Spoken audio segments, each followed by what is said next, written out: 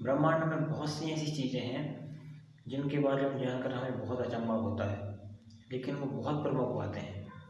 हम अभी भी इतने विकसित होने के बाद ब्रह्मांड के 1% के भी हजार हिस्से के बारे में नहीं जान पाए हैं। मतलब इतनी सारी चीज़ें भी जाननी बाकी हैं।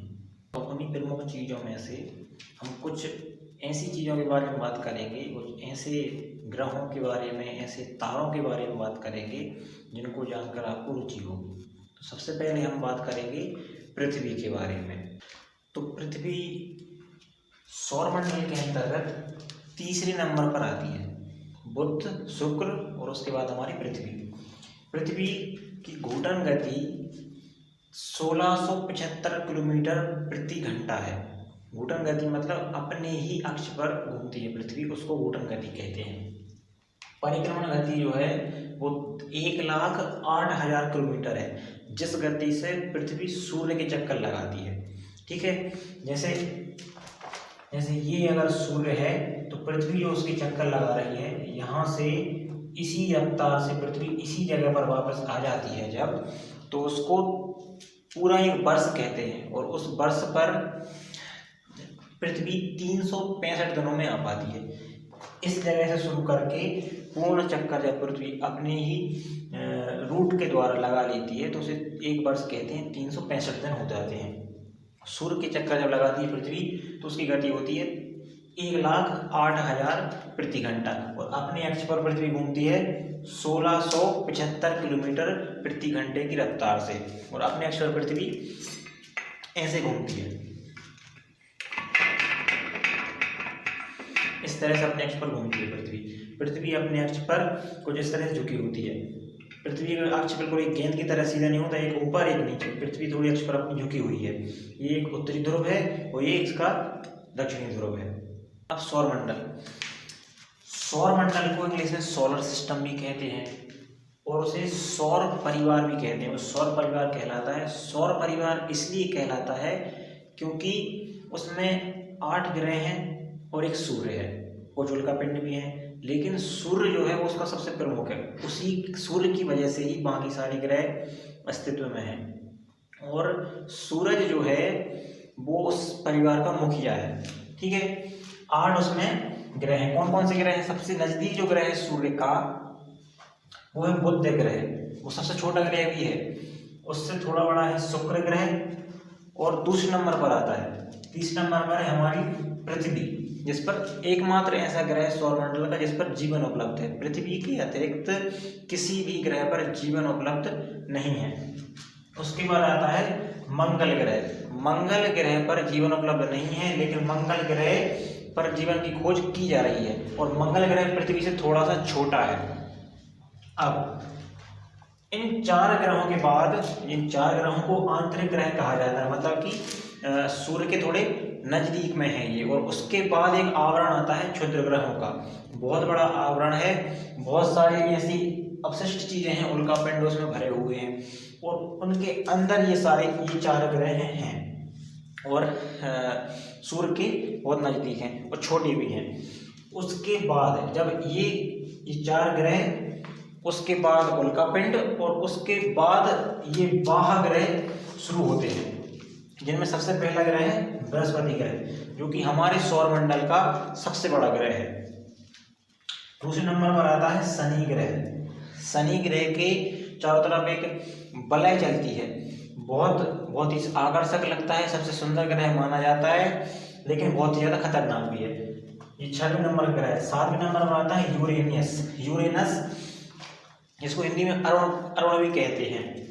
और उसके बाद आता है नेपच्यून, ये 8वां ग्रह है, और ये बहुत ज़्यादा दूर है, सबसे ज़्यादा दूरी पर यही ग्रह है, और इसको हिंदी में वरुण भी कहते हैं। इसके अलावा एक और ग्रह था, इसको यम कहते थे, लेकिन इस ग्रह के बाद, नेपच्यून के बाद एक और उल्कापिंडों की परत आती थी, उसके बाद वो आता था, इसको प्लूटो कहते थे, यम। लेकिन 2008 में वैज्ञानिकों ने उसे ग्रह की श्रेणी से हटा दिया, लेकिन इससे उसकी गति पर या उसकी परिक्रमण क्षमता पर कोई भी असर नहीं पड़ा है। वो अभी भी सूर्य की परिक्रमा कर रहा है, लेकिन वो बहुत ज़्यादा धीमा है। उसमें जो ग्रह होने के गुण हैं वो थोड़े से कम हैं।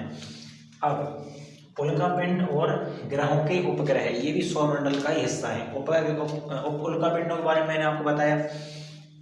इन 4 ग्रहों के बाद एक परत है उल्कापिंडों की, बहुत बड़े बड़े उल्कापिंड होते हैं, वो एक साथ हैं। उसके बाद ये बाहर ग्रह शुरू हो जाते हैं, जिनमें सबसे बड़ा ग्रह हमारा बृहस्पति है, पूरे सौरमंडल का सबसे बड़ा ग्रह है।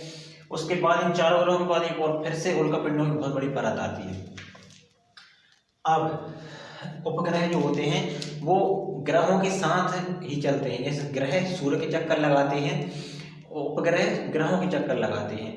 और एक ग्रह के बहुत सारे उपग्रह हो सकते हैं। जैसे हमारी पृथ्वी का सिर्फ एक उपग्रह है, जिसको हम चंद्रमा कहते हैं, जो हमें दिखाई भी देता है। लेकिन एक ग्रह के कई उपग्रह हो सकते हैं। जैसे सबसे ज्यादा उपग्रह शनि के हैं, सबसे ज्यादा उपग्रह वाला ग्रह जो है शनि है, जिसके 82 उपग्रह हैं। हाँ, आप सोच रहे होंगे कि सबसे ज्यादा उपग्रह तो बृहस्पति ग्रह के होने चाहिए, और उसी के थे भी। तो 2019 तक बृहस्पति ग्रह के पास सबसे ज्यादा उपग्रह होने का तमगा हासिल था। मतलब उसके पास 79 उपग्रह थे। लेकिन 2019 में कुछ वैज्ञानिकों ने शोध कर 20 नए उपग्रहों को खोजा है शनि में, और ये इतिहास बदल दी उन लोगों ने। और बृहस्पति ग्रह की जगह पर अब सबसे ज्यादा उपग्रह जो है वो शनि के पास में है। इसके पास 82 उपग्रह हैं। 2019 तक ही बृहस्पति ग्रह के पास 79 उपग्रह थे। अब हम गैलेक्सी के बारे में बात करेंगे। गैलेक्सी, जिसको हिंदी में निहारिका कहा जाता है। हमारा जो सूर्य है वो गैलेक्सी के अंदर है। हमारी पृथ्वी सौरमंडल के अंदर है, और हमारा सौरमंडल मतलब हमारा सूर्य जो है वो एक गैलेक्सी के अंदर है। और एक गैलेक्सी में बहुत सारे तारे होते हैं। हमारा सूर्य भी एक तारा है। तो हमारी गैलेक्सी को हिंदी में निहारिका कहा जाता है। मतलब गैलेक्सी को हिंदी में निहारिका कहा जाता है। और हमारी जो गैलेक्सी है उसका नाम है मिल्की वे गैलेक्सी। हमारी जो गैलेक्सी, इस गैलेक्सी में हमारा सूर्य है, उसको कहते हैं मिल्की वे गैलेक्सी, जिसको हिंदी में आकाशगंगा या फिर दुग्ध मेखला भी कहा जाता है। हमारी जो गैलेक्सी है वो सर्पिलाकार है, मतलब सांप की तरह एक ऐसे आकार में है, बिल्कुल गोल है। और सर्पिलाकार में वो जो अपना केंद्रीय भाग है, जिसमें बहुत सारे सूर्य होते हैं, उसका बाकी सारे सूर्य जो कि बिल्कुल अंत में है, लास्ट में है मिल्की वे गैलेक्सी के, उसके चक्कर लगा रहे हैं। इस तरह से चक्कर लगाते हैं सारे। और यहाँ पर जो होता है बीच में, उसमें बहुत सारे तारे होते हैं, गुच्छों में होते हैं, बहुत बड़े बड़े तारे होते हैं, और वो बहुत ज़्यादा चमकीले होते हैं। तो इसी वजह से उसका केंद्रीय भाग जो है वो चमकीला दिखाई देता है, और आखिरी का जो छोर जो होते हैं वो कम चमकीले दिखाई देते हैं, क्योंकि वहाँ पर थोड़े दूर दूर होते हैं तारे। बहुत सारे तारों से मिलकर बनती है हमारी जो मिल्की वे गैलेक्सी है। उसमें लगभग 400 अरब तारे होने का अनुमान है। 100 अरब से लेकर 400 अरब तारे मिल्की वे गैलेक्सी के अंदर होने का अनुमान है। 100 अरब पक्के हैं, लेकिन उससे ज़्यादा हो सकते हैं, 400 अरब तक हो सकते हैं। और उन्हीं तारों में से एक तारा हमारा सूर्य भी है। तो हमारे सूर्य जैसे ही 400 अरब तारे हो सकते हैं केवल हमारी गैलेक्सी में। हमारा सूर्य बिल्कुल मध्य में है, ठीक है। हमारा सूर्य कैसा है, बिल्कुल मध्य क्षेत्र में है गैलेक्सी की। उतना ही दूर छोर से है, उतना ही दूर केंद्र से है, तो बिल्कुल बीच में है, और गैलेक्सी के चक्कर लगा रहा है। मतलब कि सूर्य भी मूव कर रहा है। यहाँ है तो यहाँ से भी मूव करता हुआ इसी जगह पर आएगा। सूर्य गैलेक्सी के चक्कर लगा रहा है, और पृथ्वी जो है वो सूर्य के चक्कर लगा रही है। लेकिन गुरुत्वाकर्षण बल के कारण सब एक दूसरे से जुड़े हुए हैं। हमारी मिल्की वे गैलेक्सी में 100 अरब से 400 अरब तक तारे हैं, और लगभग 40 अरब ग्रह होने की संभावना है। और उनमें से भी 50 करोड़ ग्रह ऐसे हैं जो अपने तारों से इतनी दूरी पर हैं जिनमें जीवन संभव है। तो इसका मतलब ये है कि हमारी ही तरह और भी दुनियाएं हो सकती हैं। हो सकता है उनमें भी लोग रहते हों, हो सकता है वो भी इतने बुद्धिमान हो जो हमसे कनेक्ट करने की कोशिश कर रहे हों। तो मिल्की वे गैलेक्सी जो है वो सूर्य, हमारे जैसे सूर्य लगभग 400 अरब सूरज लिए बैठी है। अब ब्रह्मांड के बारे में पढ़ेंगे, जिसके बारे में आज की हमारी ये वीडियो है। ब्रह्मांड, द यूनिवर्स। जिसके अंदर सब कुछ समाहित है। बहुत सारी गैलेक्सी समाहित है इसमें। हमारी जो मिल्की वे गैलेक्सी जिसके बारे में हमने अभी पढ़ा, उस जैसी 19 अरब गैलेक्सी पता है अभी हमें, जिनके बारे में कि यहाँ 19 अरब हैं, लेकिन 100 अरब तक होने का अनुमान है। ब्रह्मांड के अंदर इतनी सारी गैलेक्सियां हैं और एक गैलेक्सी बिल्कुल समान, हर एक गैलेक्सी बिल्कुल समान नहीं हो सकती। हमारी गैलेक्सी छोटी गैलेक्सी है, हमारी गैलेक्सी से भी बहुत बड़ी बड़ी गैलेक्सियां हैं। इतनी बड़ी गैलेक्सी हैं कि हमारी गैलेक्सी उनके आगे बहुत ही ज़्यादा छोटी है। इतनी छोटी है जितनी छोटी हमारी पृथ्वी सूर्य के आगे है। और ब्रह्मांड के अंदर जो सबसे बड़ी गैलेक्सी अभी तक हमें मिली है वो है एंड्रोमेडा गैलेक्सी। सबसे बड़ी गैलेक्सी है एंड्रोमेडा गैलेक्सी। हालांकि इससे बड़ी भी हो सकती हैं, क्योंकि अभी हम बहुत कुछ नहीं जानते, सब कुछ नहीं जानते हम ब्रह्मांड के बारे में। जैसे मैंने कहा आपसे कि हम ब्रह्मांड के बारे में 100 में से 1% का भी 1000वां हिस्सा ही जानते हैं। हमने अभी कुछ भी पता नहीं किया ब्रह्मांड के बारे में। सबसे बड़ा सूर्य जो है, जो ब्रह्मांड के अंदर अभी खोजा गया है, वो है स्टेफेंसन 280, जो बहुत ही बड़ा सूर्य है। ये एक सूर्य, ऐसा सूर्य है जो लगभग किसी गैलेक्सी के बराबर है अपने आप में। तो सोचिए जब एक सूर्य ही गैलेक्सी से के बराबर हो सकता है, तो जिस गैलेक्सी में ये सूर्य है वो गैलेक्सी कितनी बड़ी होगी। और एक ब्रह्मांड का हिस्सा है ब्लैक होल। ब्लैक होल में बहुत सारे रहस्य हैं, उसके बहुत ही ज़्यादा रहस्यों वाले कोई पता कर नहीं सका है।